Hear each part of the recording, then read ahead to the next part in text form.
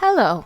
First of all, thank you for clicking on this video, and I hope that you're not just gonna click it off because it's a negative topic.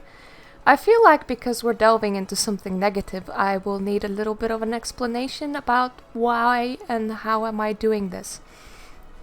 2 weeks ago, I asked people what would they like to see from my channel and why they subscribed in general, because I do not know what I want to do with the direction of my own YouTube channel. And I got this comment.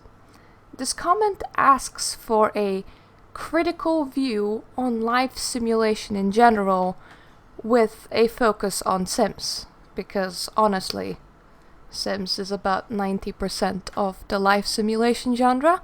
I could tell you about a few games here and there that are not The Sims, but that's neither here or there right now. I took that comment and I went and I reflected on it for quite a long while. And eventually I came up with this: how The Sims 4 failed me. I cannot say that it failed. It has plenty of fans. It has caught a completely different audience. I also know that there's a lot of disgruntled fans, old fans of old games like me, that would like an ability to express their views and to agree with someone on the internet. And I suppose these are what the videos are about. It's also a way to reflect going forward. I do not know will EA want to take this feedback. I do not know will the rest of the fan base will agree with this feedback, but I think I will feel better after having shared it. So to begin with, what I did, I wrote 24 big reasons why The Sims 4 never really pulled me in, and why I completely stopped playing it. In fact, I never actually visited ever. I kinda regret spending as much money as I did on DLC. I kinda regret trying to like it after I did not. And I kinda just put it behind me, so unless I got that comment, I would have literally just been a lost person on EA's market, and they would have never known why. But they never ask why, so they're probably perfectly well with it. So I made a list of 24 reasons as to why I dislike The Sims 4. Big reasons, not the tiny teeny bits like, oh no, there's no newspapers. And I divided them into 5 different videos. And major topics. First one being creativity and lack of it. Second being DLC content and how it's being handled. Third being simulation simplification. Fourth, audience mismatch. And fifth, limitations. So today we're gonna talk about first topic, which is creativity and lack of it. The Sims 4 offers you the least amount of tools to shape your world the way that you would like to.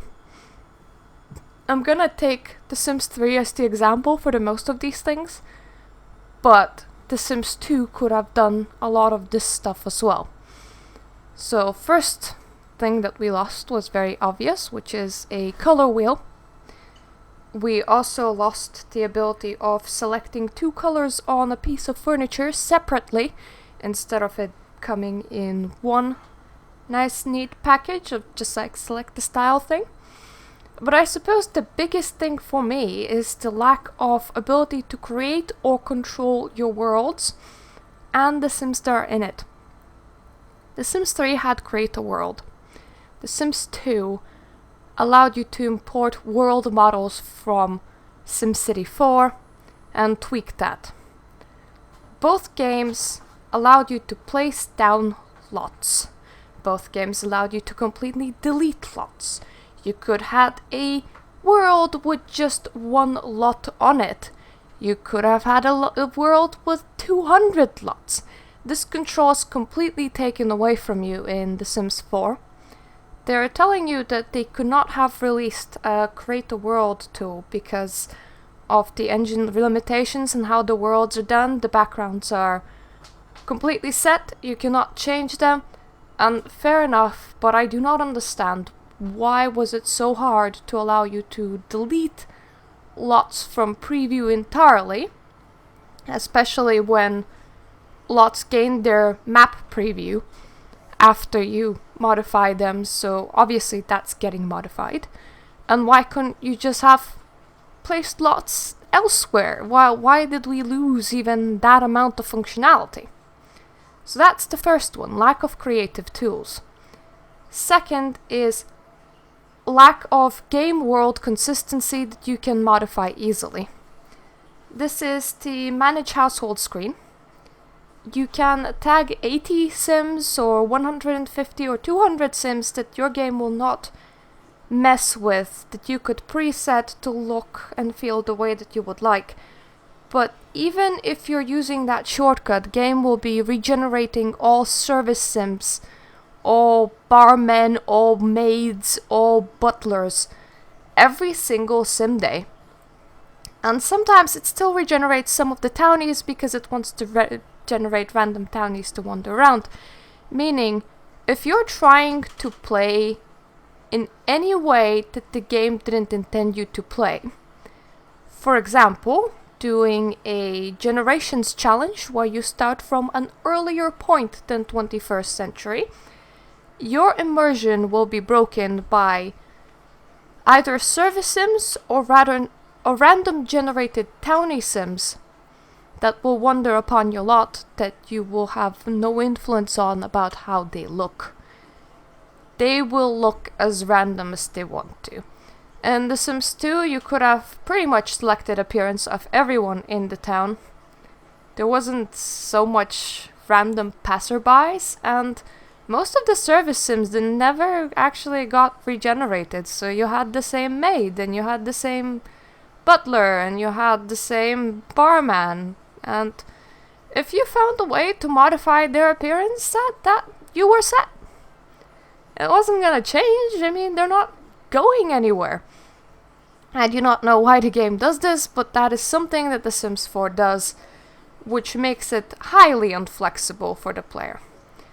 That leads to the next point of game setting is forced on you, including inbuilt phone into the UI, which is a smartphone. You could probably change the icon, but in the end it's still a UI smartphone, and that's how most of the in-game events work, through that phone. There is no options to buy a hanging phone. There is no options for 1950s TVs. You could technically remove computers, but there's no options for having newspapers back even. It's just not fit to play anything besides 2010 and onwards, likely even further. Don't remember. Did we have smartphones back then? Probably did, the starting ones, but it's set in 2014. You can't move that setting, and whenever you move that setting, there's still immersion breaking bits that you have to avoid yourself, which just creates a complete unflexibility when it comes to player creation and shaping their own worlds. But I think The Sims 4 was never meant for that. It wasn't meant to give us full control of our environments, and it shows. It shows when they release an expansion about apartments and you cannot build your own apartments. It's just... creativity is stifled, and that's why it's my video number 1 and my reason number 1. I hope that you're gonna come back for the rest of this series, and I hope that this is an interesting discussion for you, and this might spark something bigger. If it doesn't, then it doesn't. No, nothing lost for me. Thank you for listening.